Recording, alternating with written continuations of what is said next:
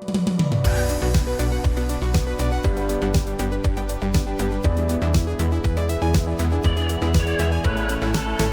folks, welcome to the Shifting Schools podcast. My name is Tricia Friedman, and I get to be your host this week with our special guest, Rachael Mann. Rachael Mann is here to help us learn more about the intersection of AI, CTE, and, of course, the future world of work. Rachael is an experienced educator, a keynote speaker, an author, and the insights that she has for us on yes, how AI is shifting the workplace, but also that there is so much we can do to prepare for those changes and to inform families about how to be better prepared. Before we welcome Rachael onto the show, we've got a very quick word from our incredible series sponsor, Alongside.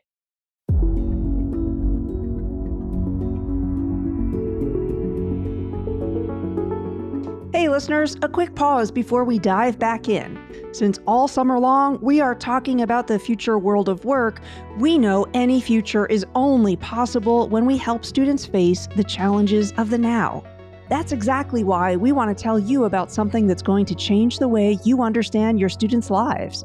It comes from the groundbreaking group at Alongside, an AI-assisted mental health support tool built specifically for K-12 schools. And this summer, Shifting Schools listeners can be among the very first to access Alongside's brand new 2025 Youth Mental Health Report. It's packed with insights drawn from over 250,000 anonymous AI chats students had on Alongside's evidence-based platform over the past school year. Here's just a small glimpse of what you'll learn. Why teens say sleep is one of their biggest struggles, what's making school life balance feel impossible, the unexpected ways boys are learning to ask for help, why confidential, self-guided AI tools resonate so strongly with students, and what the research is showing about how tools like this can be used in safe and effective ways. Want the report and bonus access to an exclusive webinar? Head to www.alongside.care/shifting to get on that list. We're proud to have Alongside as a sponsor this summer, and even prouder to help spotlight their work in reimagining student mental health. Check out the show notes to learn more or head straight to www.alongside.care/shifting. And now, back to the conversation. And with that, let's dig into the intersection of AI, CTE, and the future world of work with Rachael Mann.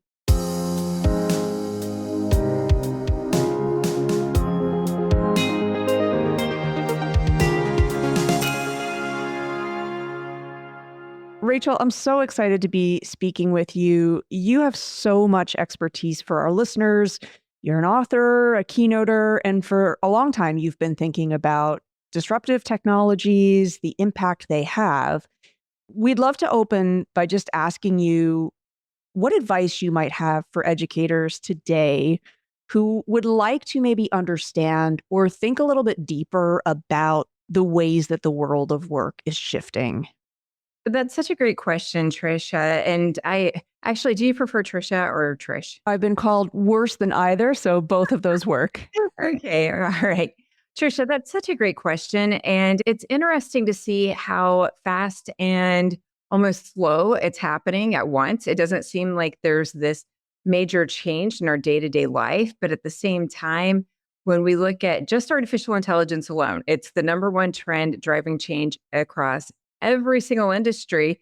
But yet, even when you talk to folks within an industry, sometimes they don't actually see those changes yet, depending on where their company is. There is a phrase that the future is already here. It's just not evenly distributed. And that's what we're seeing with artificial intelligence and some of these other big tech shifts, where it may be happening at some of the larger companies, but in your local community, you might not see those changes right away, but it will those changes will occur. And it's something that it's important that we prepare educators for. And I'll also mention too that I just did a training a couple of days ago, and there was such a wide range of individuals in the room, and it was just on artificial intelligence. We know there's tons of different trends that are changing the world of work, but just within AI, looking at the pre-workshop survey and seeing folks who've never opened a generative AI tool such as ChatGPT to people who consider themselves pretty advanced who are using generative AI every single day. So if you're just getting started or maybe haven't started, you're not behind. I think some people feel like, wow, I'm already behind. How do I wrap my head around this? But generative AI has just been around since ChatGPT's release in 2022. There were other tools prior to that, but this is all still relatively new for the generative AI piece in education. So I'll start with that. There's just so many different aspects to it. I really appreciate you mentioning that because I think, especially in education, we've been through some disruptions before, and there's always early adopters. And I think that idea that you're not behind is a really important message.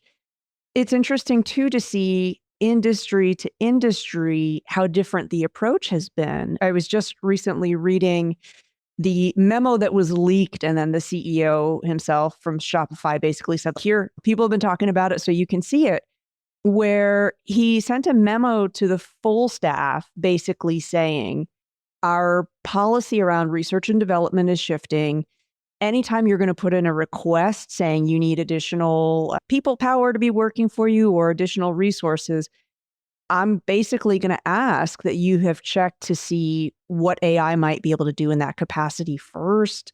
And he goes on to say, we're in a competitive industry, and part of that is going to mean figuring out how this technology can help us. So I would strongly encourage everybody, and I'll be doing this myself, to be experimenting with it. And I thought that was a really interesting message. Are there industries that you're looking at or other examples like that you are thinking, this is one to watch? I think this approach to the change is worth us making note of. Not to say that it's right or wrong, but you're just finding it interesting. First of all, that's a really awesome example. I have not heard about that. So thank you for sharing that. And what if we take that approach in education to where, and not necessarily students, because we want to make sure students know when and how to use AI. It's not a free for all, but as educators modeling workforce development, what is it that artificial intelligence can assist with and do? And just having that mindset shift to seeing that as a tool that instead of going straight to the internet, which we do so easily, that, oh, let's see how artificial intelligence can be used as part of this solution. And you have a great expertise in CTE. And I'm wondering, what are you paying attention to when it comes to the intersection of AI and CTE? What do you have your eyes on or your ears to the ground for? For one, just looking at how, and I think I didn't even answer your question. I went back to what you were saying. So I totally skipped one of your questions there. What was the question that you had asked? Oh, just if there's any other industry really that you're thinking, or company or organization or sector. I'll give you another example while you're thinking. I was fascinated by how the different religions came out and said, here's how you can use AI for your church newsletters. Some gave some pretty early guidance. And I was like, gosh, I hadn't even thought about that initially. So I would say actually there were some denominations that they were issuing that prior to education having more of a stance on policy. And I will say, of course, a church newsletter is a much simpler thing than all the ecosystem of K-12. So in some regards, that makes sense. But I just hadn't even thought about they're going to want to give guidance to the people who are putting together their newsletters and pieces of communication. So when you're thinking about how this will change things, my question was really just, what else do you think we should be looking at? When you look at the top industries that are being impacted by artificial intelligence, well, it's impacting everything, but they say that medicine and education are the top two industries that we're going to see massive changes. And just within medicine, we're seeing it already. I just think about my doctor being very curious about my work and that I'd written a book on artificial intelligence. And then a couple of months later saying, hey, we have this new tool, and I figured you're the right person to experiment with it because you work in artificial intelligence anyway. Can I use this AI tool to record our conversations so that I can focus more on you while it's taking the notes? So I'm not having to worry about the scripting and going back and transcribing things. And I loved that because it's just such a small shift. But just looking in medicine, how it's predicted that in the future, it will be considered malpractice for a doctor to make a diagnosis without consulting with their AI counterpart. Because whereas a doctor doesn't have time to not only read every case study that's peer reviewed in literature, there's stuff coming out all the time. So if there's a narrow AI model that is trained, it's not ChatGPT that hallucinates, Right. it's trained just on peer reviewed medical journals that you're able to make a connection between a case that is across the globe, or AI makes that connection for you, or is able to find new purposes for medicine. So it's around the clock looking for cures, whereas we only have so much manpower and limited resources. So I think that we're going to see some really exciting things happening within the world of healthcare and medicine, but then also in education, just seeing some different shifts that it's going to be difficult for some to wrap their heads around the fact that there might be an AI agent that is they're working side by side with, that's their counterpart. But that's the future we're moving into. I love that you bring up the idea that it can be difficult to wrap our heads around change. An artist and a sort of AI specialist that I love following is the musician Holly Herndon. I don't know if you're familiar with Holly, but she's really been at the forefront of the technology as it applies to music. And she essentially created a large language model of her voice, open sourced it, said, hey, you want to make music with my voice? Have at it. But she's talking a lot about how AI is going to shift even like our concept of self. And I think about this a lot just in terms of like algorithmic recommender systems. And last summer, the example I often give is, am I a fan of Taylor Swift, or did all of those algorithmic recommender systems just bombard me with a nudge to become a Taylor Swift fan? I honestly feel like I maybe can't answer that question. But something Holly says is, in this time when things are changing and shifting and they're confusing, that one of the things that helps us make sense of it is art. And I kind of wonder, and again, apologies for kind of just dropping this question in your lap, but is there TV, movie, books, some kind of fiction that helps you make sense of the shift a little bit? First, I want to mention that I love Holly's approach because whereas most people are having the exact opposite reaction of, I'm a voice artist and now my voice is being used. My contract didn't say it couldn't be used in this way, but I'm hearing it in commercials or in restaurants ordering food. And that's just one example I heard where they're very upset about it. But instead, she's just like, that's awesome. How can I give access to this? And yeah, I actually did something that at first my publisher was not excited about and had reservations about, but I uploaded my books into ChatGPT. I created bots where someone can go in for free and ask questions without purchasing the book. And I'm glad that he listened to my reasoning for it. And I said, for one, especially when you look at the book on artificial intelligence, that world's changing so fast. I want to give as many people as possible who may not have bought it anyway access to it. So someone who's going to buy the book is still going to buy the book. They're still going to want to have that tangible flip through, highlight, do write notes, do whatever. But there's going to be people who, hey, they can now use this bot when they may not have purchased the book anyway. And I heard, and I'm going to get back to your question, but I love what you're talking about with Holly, because I heard on the Everyday AI podcast, there was someone that was being interviewed who was talking about how even within law, within the legal aspect of the world, that whereas some companies are seeing AI as a threat, that for others, they're seeing it as, hey, now we can reduce our billable hours. We can offer services for less and reach more people who wouldn't have used an attorney prior to that because it would have not been accessible. It wouldn't have been affordable. But now we can just offer the service to more people. And I'm like, that's the approach that people should be looking at is how can we make this work for everyone and create more equity, create more access to these tools? As far as something fictional that I look to, I'll be honest, I don't live in the fictional world very often. And I love that, Holly, that whole aspect of looking at art as this way of processing. And that's beautiful to me.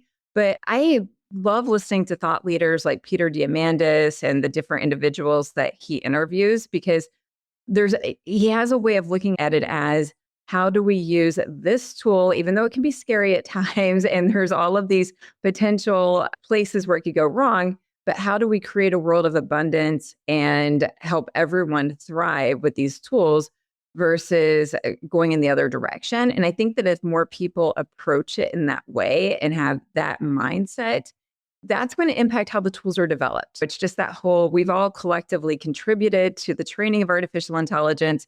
So how do we also make sure that we are having the right mindset so that as we continue through our interactions to train these tools, that we're developing something that's going to be good for humanity? And I wonder if part of that is that critical word you just used, everyone, because I think sometimes in the same way that people will say, I'm not a math person, people will say, I'm not a tech person. And we live in a world where whether you declare it or not, you are an AI person because it does show up in your everyday. I think the area of education where I hear people say, oh no, it will not influence this side is the CTE. I'm curious, like for folks who are saying like, oh no, CTE will not be influenced by AI. What would you say?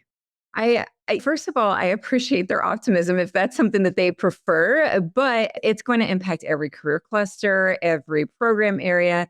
And I actually, when I'm doing a training and someone says at the beginning, hey, by the way, this doesn't apply to me, that makes me happy because I know that their mind is going to shift in the next few hours, or even it's just a 45-minute or an hour-long keynote, that it's going to open their world to new possibilities. So my first thing would be, hey, why don't you jump onto the free version of ChatGPT? You don't even have to create a login for it, and ask it to create your 3-day plans for an emergency substitute plans for whether it's welding, construction, interior design, whatever it is that you feel like it's not going to impact. Just see what it can do for your own world as an instructor. And then as a follow-up question, ask artificial intelligence, how is AI going to impact this area, or even get down to the nitty gritty, this specific job? So I went through some for a workshop that I did recently, and they did pre-conference surveys. And I saw a few comments where the people said, hey, I don't think that this applies to me. Can I be exempt from it? And it was within CTE. And I love that. I appreciate their honesty that, hey, I don't think I need to be here for this. So I plugged in all the program areas that were represented into ChatGPT and said, hey, is there anyone who should be exempt from this workshop because artificial intelligence is not going to impact their area? And it was even down to lawn maintenance was one of the programs.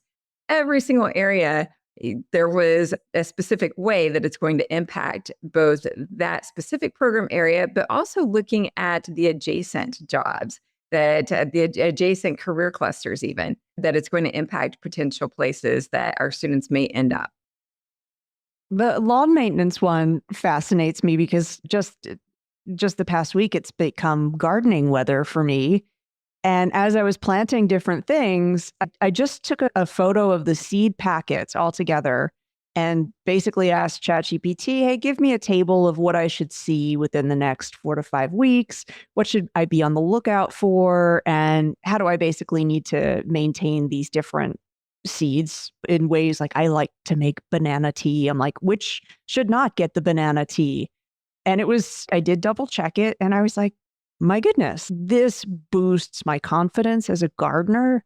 So I wonder even to what extent people that maybe would not have thought I can go into a CTE field, if we'll see an expansion of who thinks they might be able to do something, because you now can ask some of those questions that, let's be honest, it's like embarrassing sometimes to ask, what does this tool do? Or is this the right wrench for whatever? But I don't know, like now we almost have a little coach who's never going to judge us.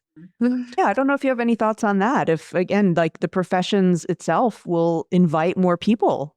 First of all, we're on the same page today because this morning, after I took my dog for a walk, I got back and I was looking at all the weeds that popped up after our last rain in my garden area, which is really a weed garden at this point because it's just covered in weeds. And so I opened the video function in ChatGPT and I'm like, hey, take a look at this. What are some different options? It recommended using some different types of stones, and because I don't want to use any poison, weed eater, any of that, or you know what I'm talking. The I different. hear you. Yes. No, I just want to keep it all natural, very organic. And it recommended some different types of stones to put in, even the colors that would help my pop against the siding. And then I have some really steep areas of my property that there's no way without paying someone every single time that it needs mowed that I could get to it. So last summer I ordered an Emotion Luba 2 robot that's powered by artificial intelligence that I can go in, I can be in another state doing a keynote and be like, oh, I need to make sure that area is mowed by the time I get back and mow and be able to see through the vision function where it's going, what it's doing. It has sensors to keep from running over an animal or a toy that my dog left out. It's definitely impacting that in that area as well. It's just sometimes we don't see the different things that it can do.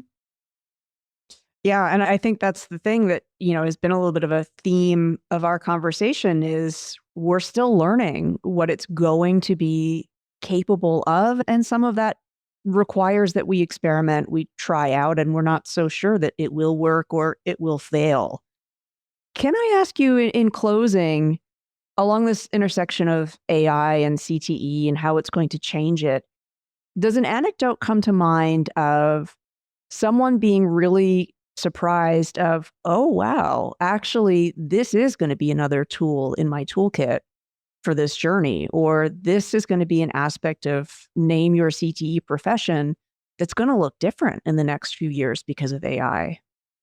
Yeah, it's all going to look different. Even the Meta glasses that they came out, I believe in 2021 or 2022 with the Ray-Ban. I got the very first pair, basically that I could use it to make fun of someday because I knew that it was so basic. And now they've already come out with newer versions that are just phenomenal. But when you think about, they talked about the Google glasses many years ago that were a flop.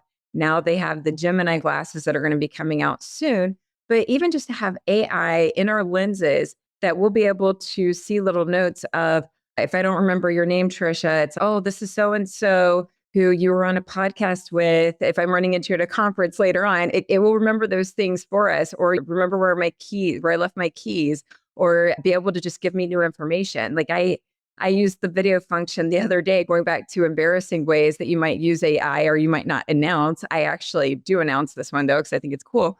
But my toilet was broke and I lived by myself. And I'm like, I don't have time for this. I don't have time to have a plumber come in. I'm like, let me try the video function on my phone. Hopefully, I don't drop my phone in the toilet. And had ChatGPT walk me through how to fix my toilet. And we're going to see that not just in our personal lives, but in our work lives, to where if you're in automotive, you might be it's going to tell you how to fix the car, or a doctor is going to have on glasses that are helping with programming and robotics. But it truly is changing the world around us. It's exciting and terrifying at the same time. It's again, like, how can we the word embrace? Sometimes I feel like it can be overly optimistic. Oh, just embrace it. We also have to pay attention to the dark side and make sure we're educating our students and our communities to make sure that people aren't scammed or harmed by AI voice clones and video clones through Hey Gen. It's just so much easier to do some of the clones, but making sure that we're looking at both sides of it, but also being cautiously optimistic moving forward, knowing that these tools aren't going to go away. So how do we use them to our benefit in education for preparing our students for their AI-driven future? Because we're going to be giving them an advantage if they're able to put on their resume, hey, I have some AI skills and I'm going to be able to help your company in this way with implementing this. That's going to be something that's sought after moving forward.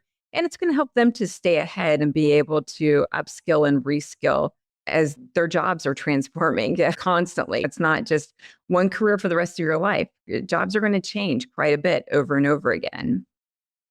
Yeah, and again, I just wonder how many different companies will also just include within their onboarding process, like you have an AI generated coach. So I think too about even maybe not necessarily the skills of a workplace, but the environment of being a part of that work culture too might shift. Rachael, thank you so much. I just wanted to end also with you. I know you mentioned like your book is out now and all things AI change quickly, but by the time this podcast airs, it will still be relevant. So for folks who have heard you mention the book, do you want to just mention, hey, you might want to check out this book if you are interested in, obviously, AI, but does something else specific come to mind where you'd like to remind listeners this is a great one to check out? Absolutely. So my book is called Pack Your Bags for an AI-Driven Future. It's available on Amazon or on Barnes & Noble, anywhere that you can buy books, you'll find it. And the app is by the same name. It's a companion guide to Pack Your Bags for an AI-Driven Future. That's free. You do have to have a ChatGPT account, but it doesn't have to be a paid account. And you'll be able to interact with the book, ask it questions, ask how to approach cheating or how to develop your plans for it. But you use that as a resource. And then I would also recommend, I mentioned Peter Diamandis before, love his work. There's every now and then, there's moments where I disagree, but I think it's important to follow people that you don't always agree with. But also Matt Wolf, if you just want to know what tools are out there or easy demos on how to use the different tools, Matt Wolf is phenomenal. Every week, he's producing new YouTube videos of what's happened in AI this week.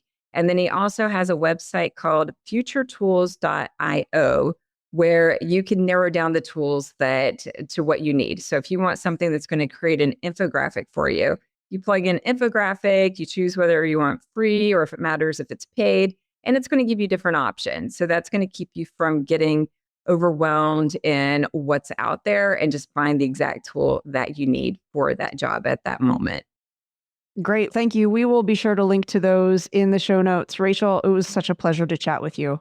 Thank you for inviting me. And I love chatting with you. We could talk for so much longer, I'm sure, but thank you for having me on your podcast. Hey, folks, thank you again for tuning into this week's episode. I want to let you know that if this conversation has you feeling curious about the future, you can join me for a free 45-minute webinar coming up July 17th. That's going to be at 8 a.m. MDT, 10 a.m. EST, or 3 p.m. GMT.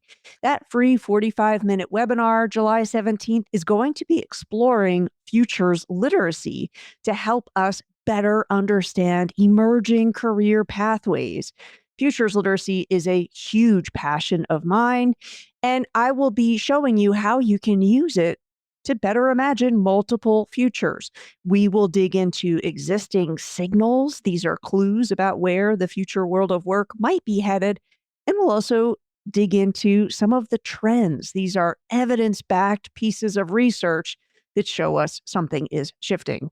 If you'd like to join me for that free 45-minute webinar, you can register at www.shiftingschools.com. Hope to see you July 17th. Hey there, dedicated listener.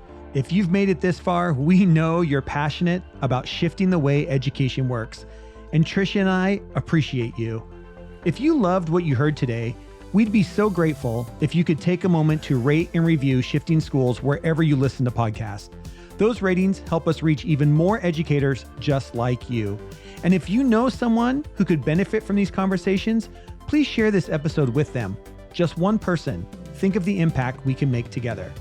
Don't forget to sign up for our newsletter for even more great content. And if you haven't already, join us at Camp Shifting Schools, where the conversations keep going long after the podcasts end. Thank you for being a part of this journey, and thank you for being part of Shifting Schools.